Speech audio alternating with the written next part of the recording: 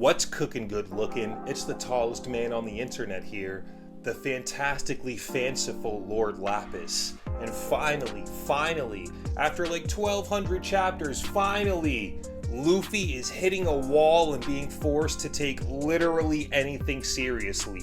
Finally. But no, Luffy has been doing this goofy bullcrap since like the end of Wano, and now he's being forced to actually take this whole Pirate King thing seriously, and it's all thanks to Scopper Gaban. I just wish he didn't have to lose his freaking arm for it. I'm Lord Lapis. Please drop a like and a sub. Let's jump right into the video and drop that intro.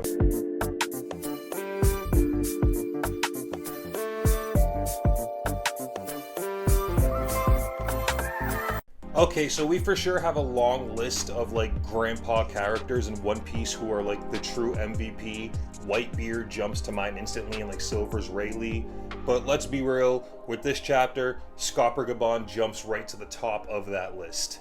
The chapter literally starts with Scopper Gaban 1v1ing Lord Emu in all the glorious fashion. His first act as backup for Luffy is to free Luffy, and he does that by essentially cutting up the tree that Luffy was skewered to, and when Luffy fell down, the impact of him hitting the ground freed the blades from him. He's still stabbed up, but they're not inside of him anymore. Now, unsurprisingly, Lord Emu goes to attack Scopper Gaban, but what is surprising is that instead of countering, Scopper Gaban jumps in the air, lands by Luffy, picks him up by the throat, and proceeds to give him the most needed lecture in all of shonen history.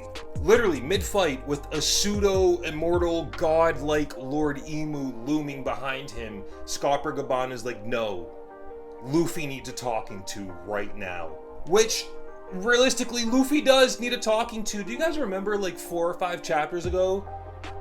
Luffy turned himself into a genie. For what? I remember, bro, oh my god, I remember reading that. I'm like, dude, what is the tactical advantage there? Like, what are we doing?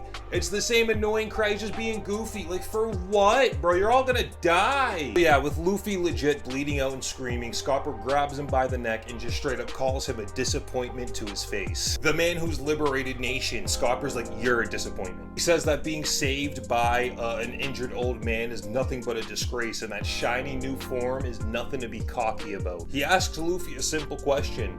Do you want you and your crew to die here on Elbaf? He says that being the Pirate King means that everybody on the sea wants your head and will celebrate your death. He finishes it up by saying, if you aren't cut out for this, then go back home. And still holding him by the neck, Superman throws him all the way across one of the branches so he can go recover. And so that Scopper can go continue being the GOAT and fighting Nemu. Really quick, guys, if you made it this far, please drop me a like and a sub. This is a brand new channel, absolutely 0 subscribers. We're doing nothing but posting long form anime content until something kicks off, man. And be sure to tap in with me on Twitch at Lord_Lapis, 2 L's in Lapis. With all that, let's get back to the video. Now with the lecture done, Scopper doesn't hold anything back and he goes straight for Emu, man. And he asks Emu, because he likes to troll, I guess. He's like, do you want to kill Luffy so bad because he reminds you of Joy Boy? Which we obviously know is true. And still coughing and huffing like he's been doing since he was summoned, Emu decides to actually be curious and ask, bro, who are you? How do you know me? Like, well, what is going on here? And of course, Scopper has to aura farm and say that he's a former member of the Pirate King's crew, Gold D. Rogers' crew. Emu summons another blade, but I'm gonna be real, who gives a crap? There's like 20 of them. We've seen about half of them. They're all designed really cool. They all do the same exact thing, which is stab and like absorb health, and you know, like that's like the status effect, you know. They all do the same exact thing. They do look pretty cool though. But Emu seems legitimately confused. He's like, dude, okay, I hear you, but like, why are you defending Luffy? Like, why die for him? And Scopper the GOAT Gaban just goes, yo, listen, all of us from that generation of Gold Roger, like we all see you acting this way and getting so crazy about Luffy. You might as well pull us aside and tell us that he's the next coming of Joy Boy. He's like the future. He's the liberation. Of course I'm going to defend him. Emu gets impatient, decides, you know what, screw it. I'm just going to off Luffy while he's recovering, and he does like the Omen thing.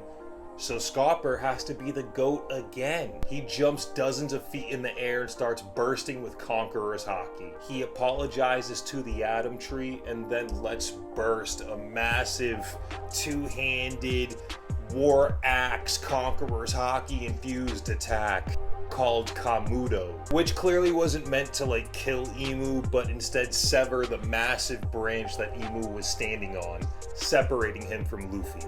This of course drops Emu and Scopper all the way down to the realm of hell. It was really epic, but you just knew that at some point the other shoe was gonna drop, as they say. And just like that, we see Scopper Gaban laying there, wounded, exhausted, covered in blood, and missing one of his arms.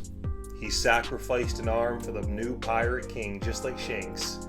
For Luffy, another legend from the previous generation has staked it all for the new coming of Joy Boy. Did I leave anything out of this video? Was it a W or an L? Let me know down below in the comments. I'm always gonna check them out.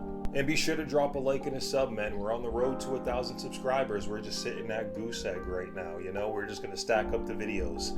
And make sure you check me out on Twitch at Lord_Lapis, 2 L's in Lapis. We're streaming a lot of Overwatch and Dead by Daylight, COD Black Ops 2, GTA 5, of course. So be sure to tap in over there. With all that said, let's drop that outro.